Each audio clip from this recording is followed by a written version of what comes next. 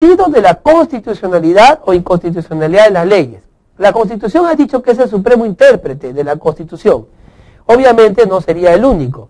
El Tribunal Constitucional es aquella que regirá entonces y explicará bajo ciertas acciones, obviamente, que se tramitan ante él, del cual ya contamos con un código, que es el Código Procesal Constitucional, uno podrá recurrir al tribunal a reclamar, señores magistrados, esta norma definitivamente es inconstitucional por estas razones. Hay varias acciones por las cuales uno puede recurrir al Tribunal Constitucional para lograr que éste, a través de sus resoluciones de gran rango, pueda definitivamente declarar la inconstitucionalidad de una ley o de un procedimiento, de tal manera que los ciudadanos no podamos quedar vulnerables ante normas o leyes o procedimientos o medidas dictadas por organismos o órganos del Estado que atenten contra las libertades que la Constitución tutela y ampara. Tenemos también el Jurado Nacional de Elecciones, que declarará la constitucionalidad o la inconstitucionalidad de los preceptos vinculados con la materia electoral.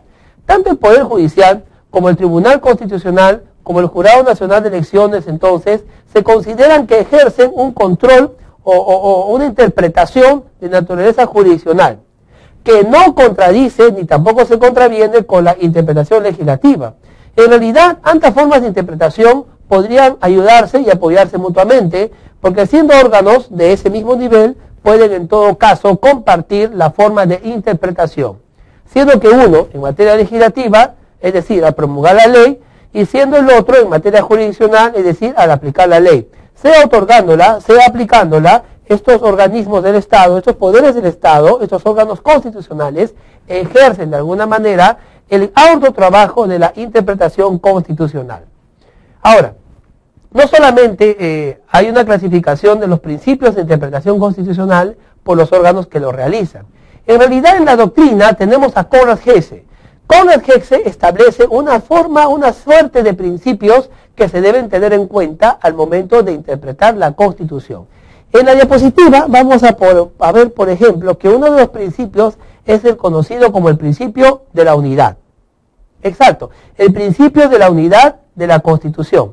Es aquel principio que dice que al interpretar la Constitución, en realidad nosotros no podemos interpretar por capítulos o títulos, no. Al interpretar la Constitución tenemos que interpretarla como un todo. Es decir, no podemos coger aisladamente y fuera de su contexto una norma y darle una interpretación cualquiera. Por el contrario, esa norma, cogida fuera de su contexto, ya estaría llevándonos a perdernos en el camino de una interpretación equivocada. La interpretación o el principio de unidad nos ayudará a comparar esa norma, esa norma positiva constitucional, a comparar con las normas que la anteceden, con las normas que le preceden, con las normas que le suceden, y ver dentro de su unicidad, de su título y su capítulo, y en base a los principios que la misma Constitución ha establecido. De esa forma, no podremos interpretar más allá de lo que el contexto de esa norma señala. Entonces, el principio de unidad, al momento de interpretar una Constitución, nos marca a nosotros ciertos límites que nos permiten de alguna manera tener un orden de interpretación y concluir que una determinada norma constitucional lo es tal, y que no tiene el sentido que una ley inferior le quiere dar para su conveniencia. El otro principio es el principio de concordancia. El principio de concordancia que vemos en la diapositiva es un principio que va de la mano con el principio de unidad. Cuando hablamos del principio de concordancia, nos referimos al principio de concordancia práctica. Es decir, cuando hay colisiones entre dos o más bienes jurídicos, lo aconsejable es hacer una adecuada ponderación de ellos y darles una solución de manera armónica. Es decir, encontrar una concordancia entre un bien jurídico protegido y la interpretación que se haga de la Constitución respecto a ese bien jurídico protegido. Puede ocurrir que hay una ley que aparentemente permita dañar ese bien jurídico.